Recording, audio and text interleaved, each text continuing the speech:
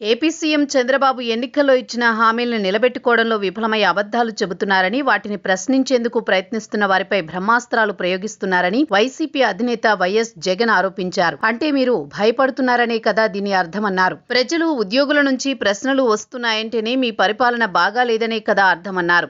ఇచ్చిన హామీలు అమలు చేయలేదనే కదా దాని అర్థమన్నారు. మరి అవి ఎప్పుడు నెరవేరుస్తారని అడగడం తప్ప, 2 ఏళ్లు అవుతున్నా 3వ బడ్జెట్ కూడా ప్రవేశపెట్టిన నేపథ్యంలో ఇంకెప్పుడు అమలు చేస్తారని ప్రశ్నించడం నేరమా అని ప్రశ్నించారు. ప్రభుత్వ ఉద్యోగుల సమాఖ్య అధ్యక్షుడు కాకర్ల వెంకట్రామిరెడ్డి చేసిన తప్పేంటి? ఉద్యోగుల సమస్యలు పరిష్కరించమని అడగడమే ఆయన చేసిన నేరమా అని జగన్ ప్రశ్నించారు.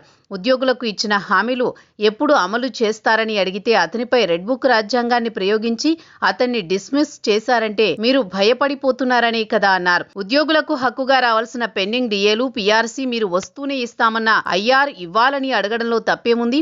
అది మీరు మేనిఫెస్టోలో ఇచ్చిన హామీయే కదా. ఉద్యోగుల విషయంలో మీరు వ్యవహరిస్తున్న తీరు, మీ మోసపూరిత వైఖరిని అందరూ గమనిస్తున్నారు. సిఐ శంకరయ్య విషయంలోనూ ఇలాగే దుర్మార్గంగా వ్యవహరించారని, వైఎస్ వివేకానందరెడ్డి హత్య కేసులో జరగని విషయాలను జరిగినట్లుగా సీఎం స్థాయిలో అసెంబ్లీ సాక్షిగా అబద్ధాలు చెప్పారని, అది తనను బాధించిందని శంకరయ్య అంటే, అతన్ని ఏకంగా ఉద్యోగం నుంచి తొలగించడం మీ నిరంకుశ పాలనకు నిదర్శనం కాదా అని ప్రశ్నించారు. మిమ్మల్ని ఎవరైనా ప్రశ్నిస్తే వారిపై కక్ష సాధింపు చర్యలకు దిగుతున్నారంటే మీరు భయపడుతున్నారని కదా అర్థమన్నారు. ఎన్నికల ముందు 20 లక్షల ఉద్యోగాలు ఇస్తామని, ఉద్యోగం వచ్చే వరకు నెలకు 3,000 చొప్పున భృతి ఇస్తామని చెప్పింది వాస్తవం కాదా? ప్రతి ఇంటికి బాండ్లు ఇచ్చిన మాట వాస్తవం కాదా అని అడిగారు.